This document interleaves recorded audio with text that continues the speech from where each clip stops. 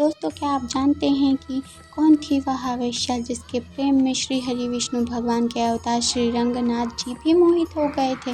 दोस्तों, एक बार की बात है कि रास्ते से कुछ साधु संत गुजर रहे थे। उन्हें वहाँ एक प्यारा सा बागीचा मिला। वह उस बागीचे में आम के पेड़ के नीचे जा बैठे।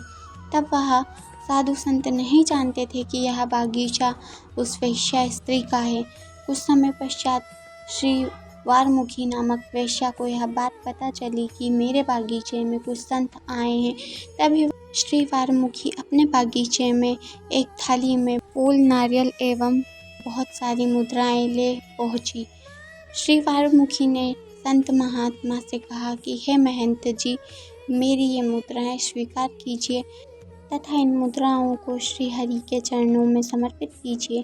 तभी महंत जी ने पूछा कि हे पुत्री, तुम कौन हो? तो श्री वारमुखी कुछ क्षण के लिए संकोचवश चुप रह गई। तब फिर से प्रश्न किया गया कि हे पुत्री, तुम कौन हो? तब श्री वारमुखी बोलने लगी कि हे महंत जी, मैं एक वेश्या हूँ। तब श्री महंत जी ने कहा कि हे पुत्री, तुम अपनी इन मुद्राओं को लेकर जाओ तथा इन मुद्राओं को स्वयं खुद ही भगवान श्री हरि के चरणों में समर्पित करो या उनके लिए मुकुट बनवाओ। तब श्री वारमुखी ने कहा कि भगवान मेरे हाथों से ये मुद्राएं स्वीकार नहीं करेंगे, क्योंकि मैंने तो बहुत सारे पाप किए हैं। तब महंत जी ने कहा कि तुम इस मुद्रा से श्री रंगनाथ जी के लिए मुकुट तैयार करवाओ।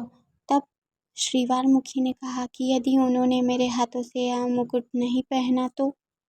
तब श्री महंत जी ने श्री वारमुखी को यह आश्वासन दिया कि हे पुत्री, तब तक यह मुकुट नहीं तैयार होगा जब तक मैं यहाँ से नहीं जाऊँगा।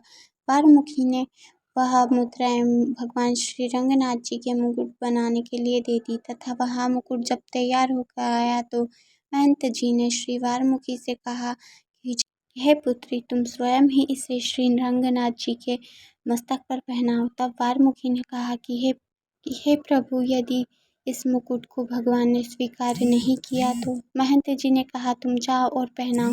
जैसे ही श्री वारमुखी ने मुकुट को अपने हाथों में लिया तो भगवान ने अपना सिर नीचे झुका दिया।